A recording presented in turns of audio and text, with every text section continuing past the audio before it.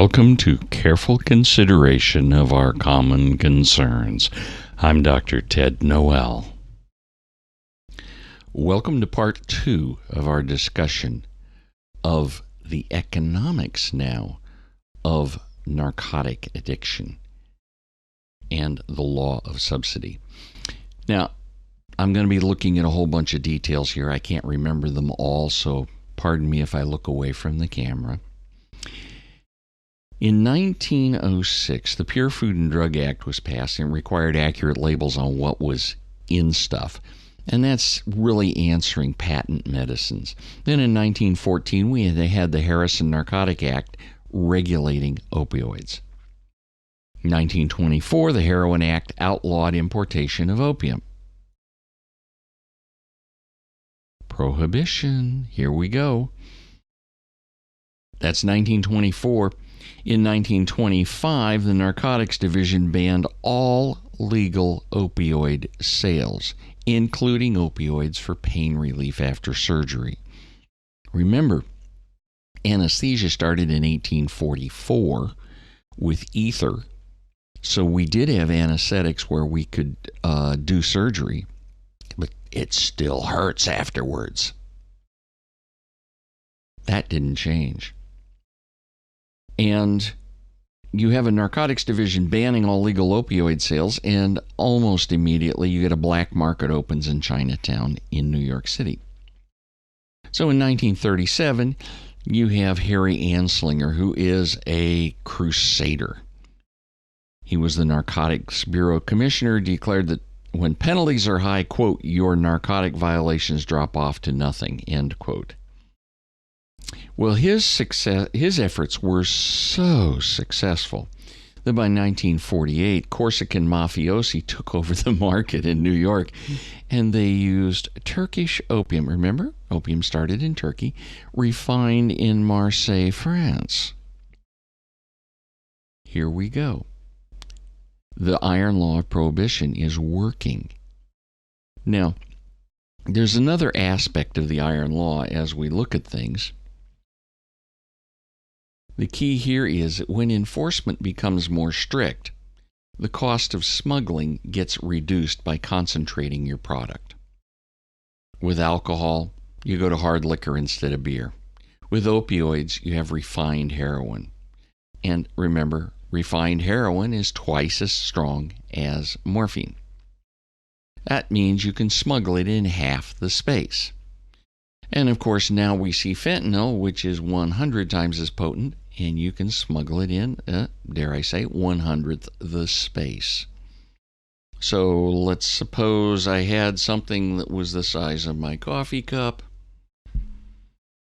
and that was the heroin, and now I can have something that's the size of my fingernail, or the end of my finger, for fentanyl. Little tiny bit.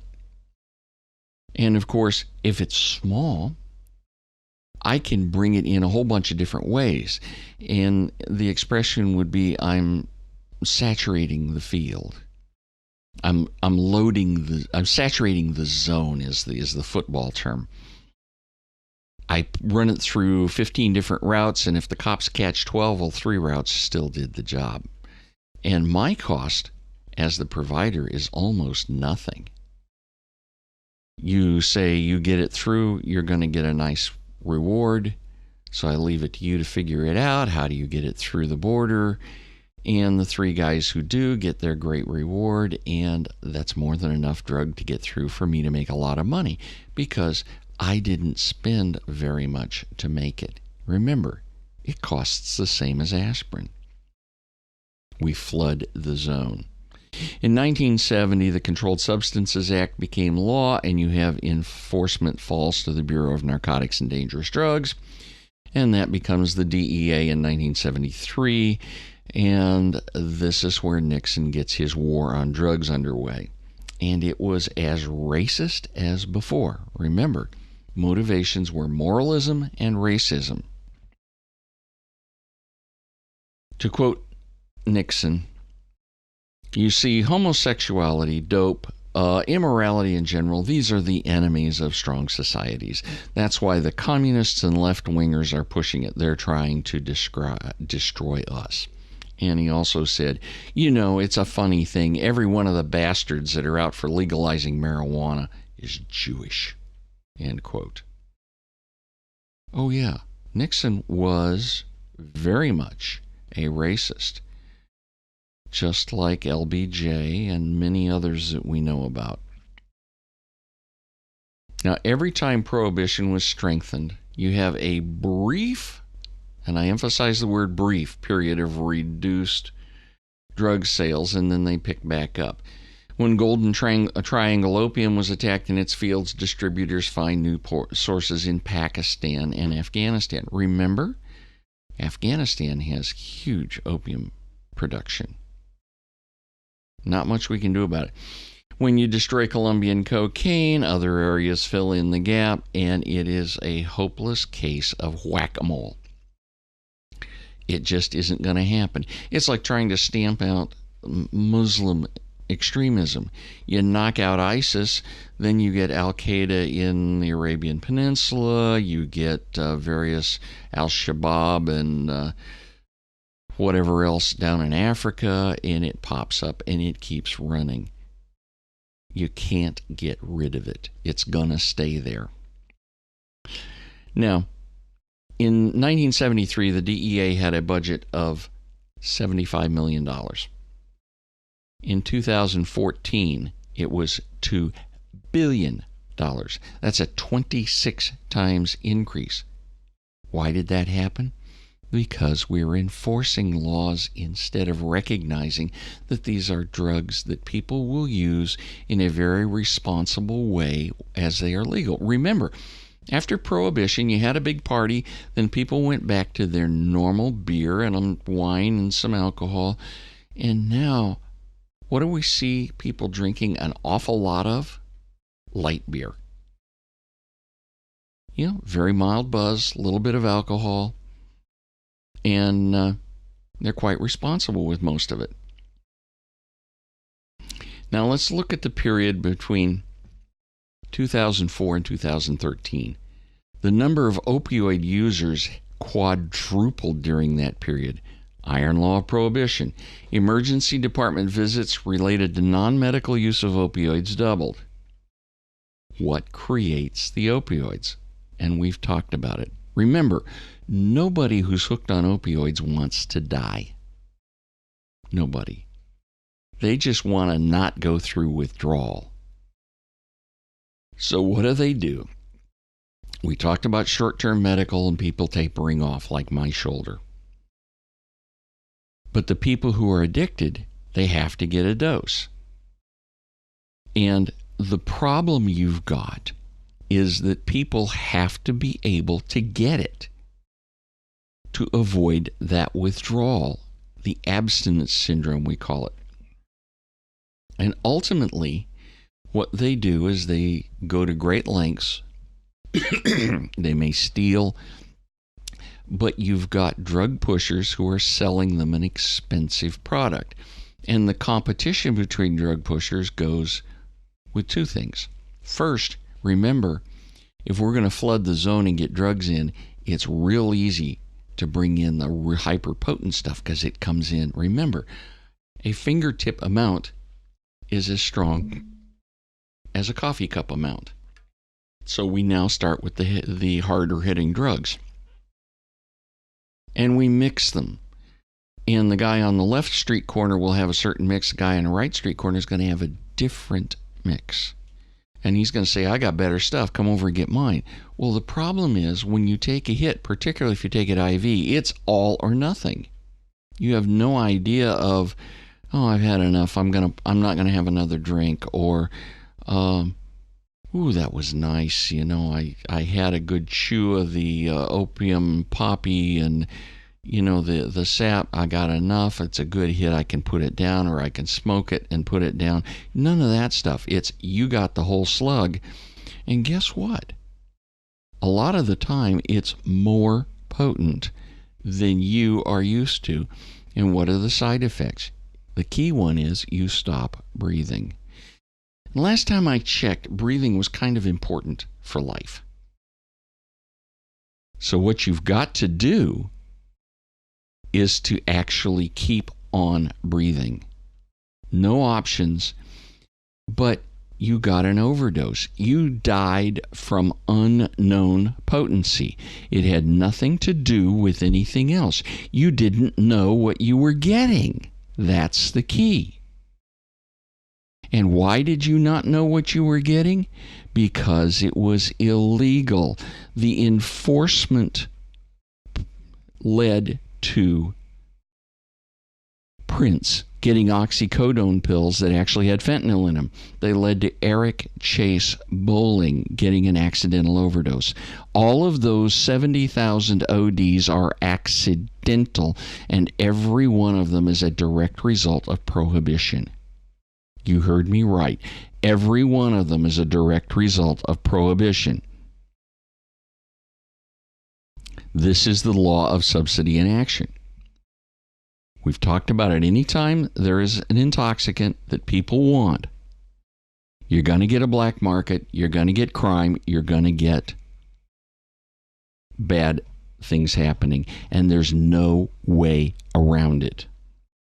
Now, we talk about pill mills. Why are there pill mills?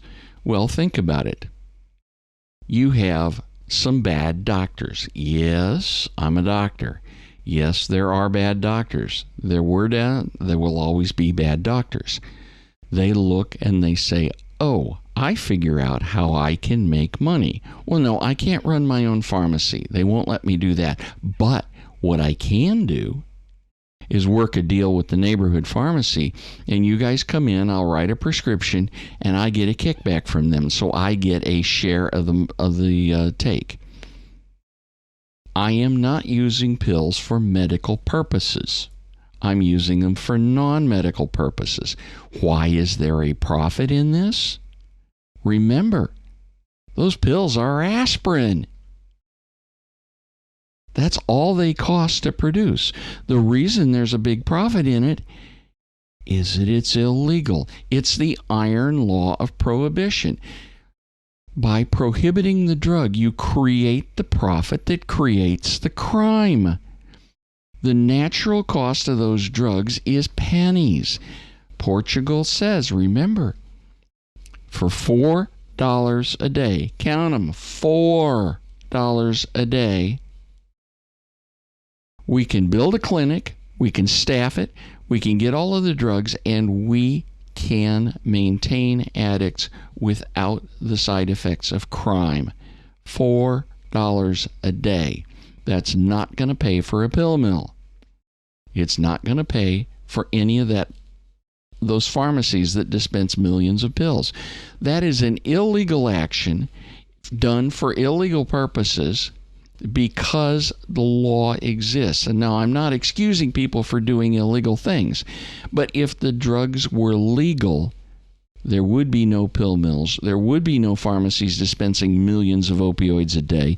There wouldn't be any of that because there'd be no profit in it.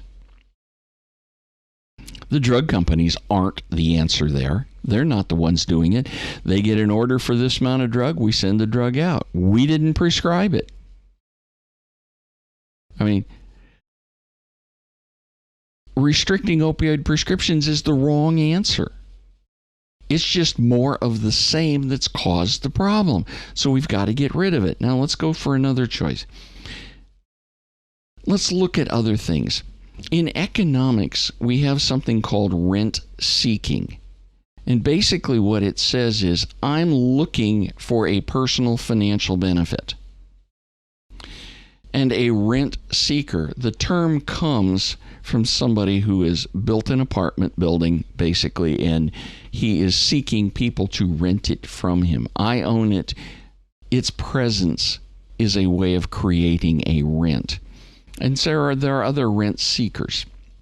The first rent seeker are the politicians. I did something. Look at me. I did something. So elect me again. I get to maintain my power. My rent seeking is not based in dollars, it's based in power. law enforcement. Every podunk now has a SWAT team. Used to be you only had SWAT teams in big towns. But SWAT teams have to be kept busy, and we got them for drugs, and now every arrest warrant gets served by the SWAT team instead of just a cop knocking on the door. There was no real need for it, but you've got to keep the SWAT team busy. You've got to keep them in training. And what happens? You also get doors broken down that don't need to be. You get people injured and people killed that should not be killed. Why? Because you've militarized your police. Oh, and by the way, those SWAT teams, they get all kinds of fancy weapons, all body armor, armored vehicles, and you know, we spend about $25 billion, count it with a B, every year just for the drug cost, or the cost of drug law enforcement. $25 billion. Let's look at rehabilitation. Now, I'm not going to say rehab is a bad thing. But what happens in Portugal? Half of the addicts rehab themselves without any professional help. Okay? There are over 14,500 rehab centers in the U.S. That is a huge amount of drug treatment. And there's $12.5 billion spent on that. Add that to the 25, what do we have? We're now up to almost $38 billion a year on legal stuff with rehab. That's money we don't need to spend. That comes out of your wallet. And the last time I checked, you know how to spend your money more usefully than the federal government does. So we have a minimum of $38 billion a year that's spent needlessly because we prohibit narcotics. That's to start with. That doesn't count the cost of the 72,000 people who died of overdoses because we made the drugs illegal. We have to start dealing with the fact that we have a huge, huge problem. Now, if we accept the idea that we have 20 million addicts in the U.S., now that's about 1 in 18 people addicted. That's nonsense. And we went to Portugal's model with that incredibly inflated number.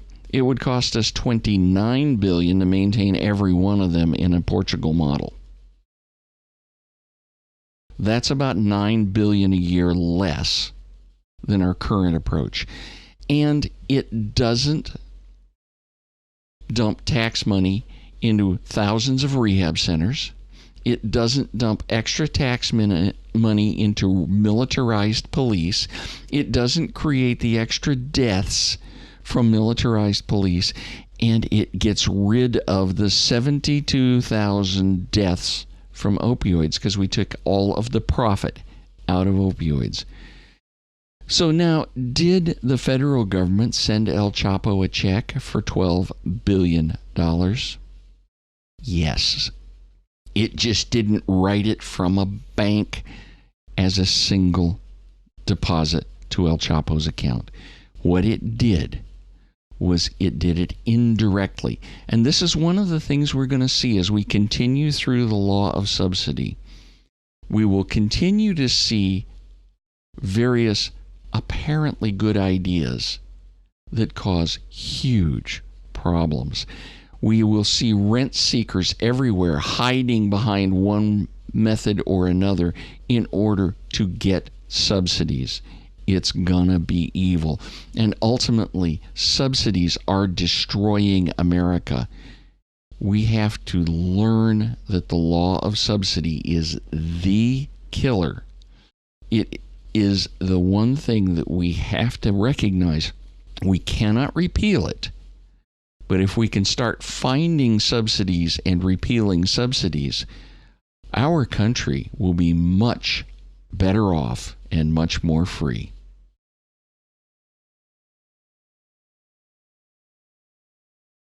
Until next time, take a look at those links below.